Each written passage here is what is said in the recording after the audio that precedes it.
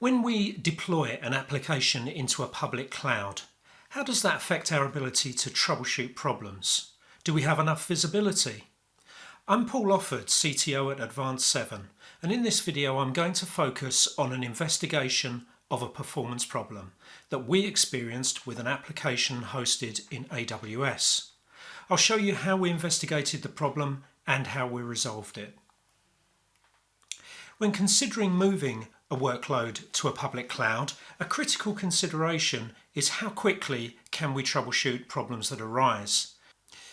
The speed at which we can do this is not just a matter of IT workload or of meeting performance targets, but it also has a big impact on our cloud costs. For example, if the problem results in the auto-scaling of an EC2 cluster, we're going to want to scale that back as soon as possible to keep our costs down. So in this video, I'm going to look at a real application performance problem, how the application is hosted, what Advanced 7 did to investigate the problem, and the lessons we learned from the whole exercise. Let's jump in and look at the symptom of the problem. So the problem was with our TribeLab community website, and you can see that when the user clicks on the link to the Internet of Things, up in the top left we see the small little circle spinning, and that's showing us that the browser is waiting for output from the website. And this was a solid problem, so that's important because our approach to this problem would have been slightly different had it been intermittent. The response time here was around 22 seconds versus an expectation of, say, less than 3 seconds. Let's take a look at the design of the system. As you can see, the system is not particularly complex. We have a web application running inside a web server, and that is running in a Docker container, and the Docker container is running on an EC2 instance. The web server and application use EFS, that's Amazon's Elastic File System, and they use this for caching data and also for some static content. And then we have a backend database which is MariaDB, and this is provided by AWS RDS service. Now, we wanted to make sure that we could see the interactions between applications and things like EFS and MariaDB. And so when we set this system up, we also configured alongside a Docker container that's running Linux and TCP dump. And this enables us to trace all of the traffic going in and out of the EFS storage, which is using a protocol called NFS, and also the database traffic going to the MariaDB. We need this additional information because the CloudWatch management tool doesn't provide response time information for EFS or for RDS. And so using network tracing and some great tools that are available, you can actually look at response times from these services. We'll see later how you can use Wireshark and a plugin called Transum that Advanced 7 wrote a few years ago to analyze EFS and RDS response times.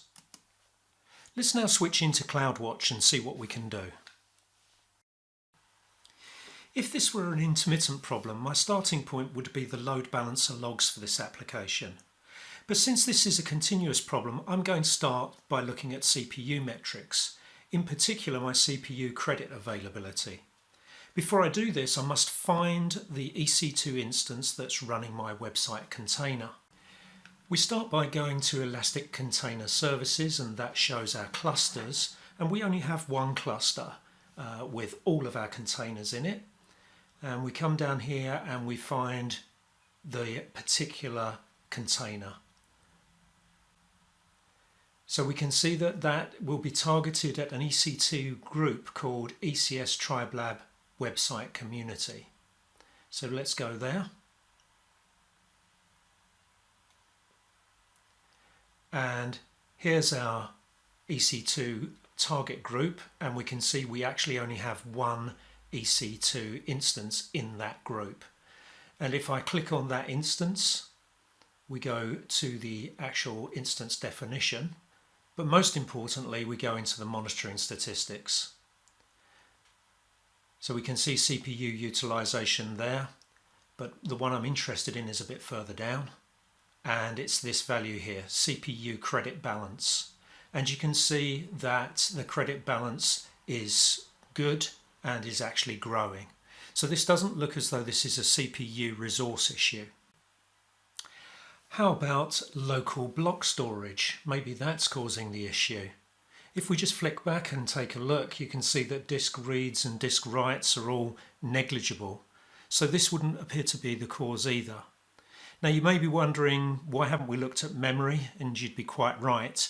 In fact, we did look at memory during the instance, but I didn't record that part of our investigation, unfortunately. But rest assured, there wasn't a memory issue. Now's the time to look at the EFS and MariaDB performance. And to do that, we're going to use the network traces that we've been capturing.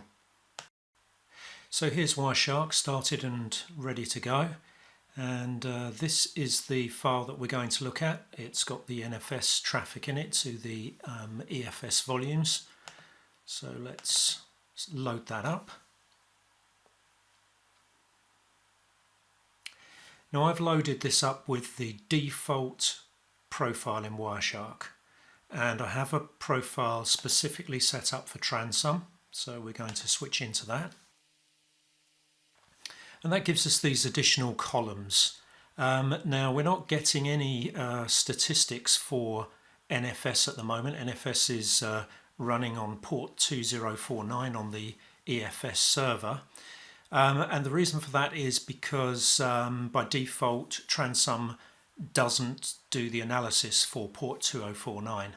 But we can easily change that. So we go into Edit Preferences, Protocols, go down to Transum there, and this is where it's going to, we're going to list the ports that it's going to analyze, and 2049 is an additional one that we want. And now lo and behold we have the statistics. So very quickly to explain these, this is the response time from the perspective of the container. It's the service time for the EFS service. Then we have a request spread, which is how long does it take for the request to go from the web server to the EFS server. And we have the response spread, which is the time it takes for the data to travel in the opposite direction from EFS server to web server.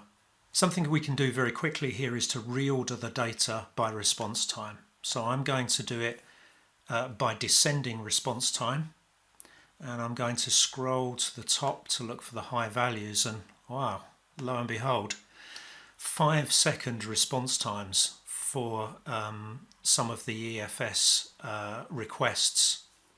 And what's really interesting is it's the response spread that is very high. Now that could indicate a network problem, but quite honestly those figures are very high and you wouldn't expect the network to introduce such a delay. So that makes me think that maybe we've got some sort of throttling going on here, something that's constraining our use of EFS. So with this in mind, let's jump straight back into CloudWatch and do a bit more digging.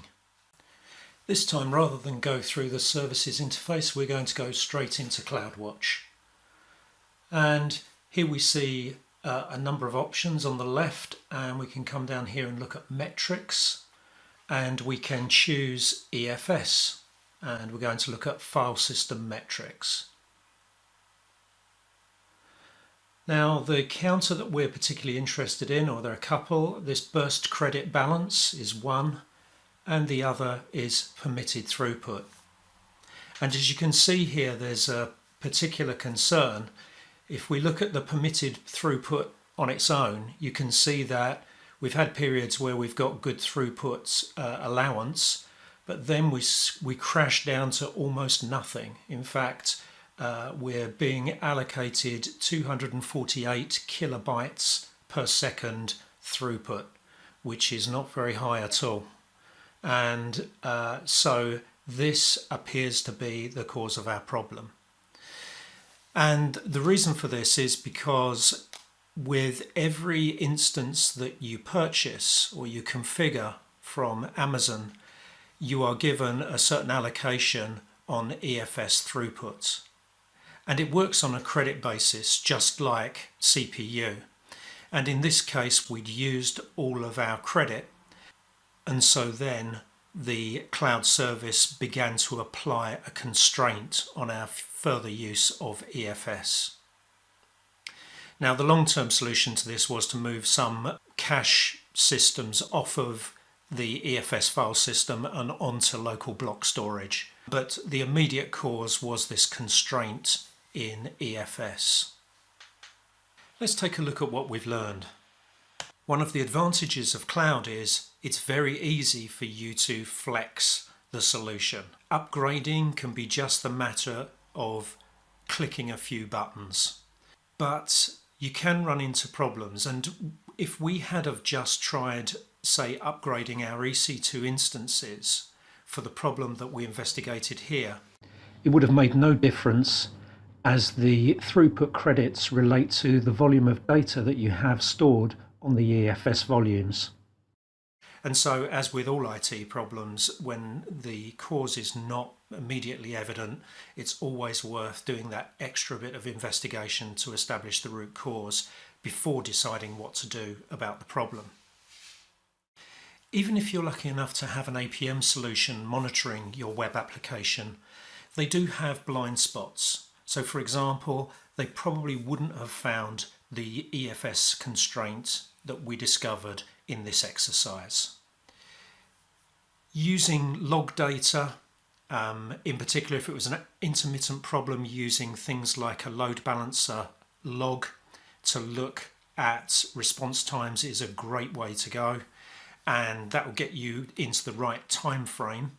Make full use of all of the CloudWatch facilities and spend some time learning about what you can do with CloudWatch, and being able to do some level of packet analysis is always useful.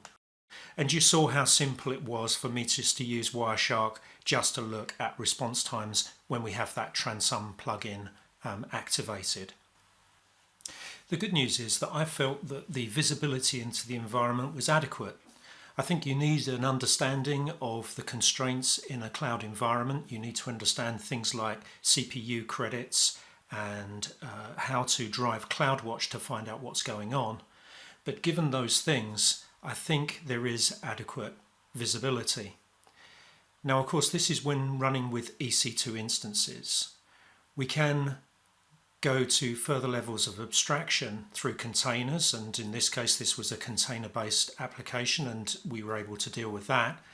But a managed container service may be slightly different, so Amazon Fargate may look a little different. And further levels of abstraction, such as those that you would achieve in a serverless environment with a facility like AWS Lambda, that may be more of a challenge. Those are things to come, things we'll have to deal with, but right now I think things are pretty good. I hope you found that useful. My contact details are coming up at the end of this presentation.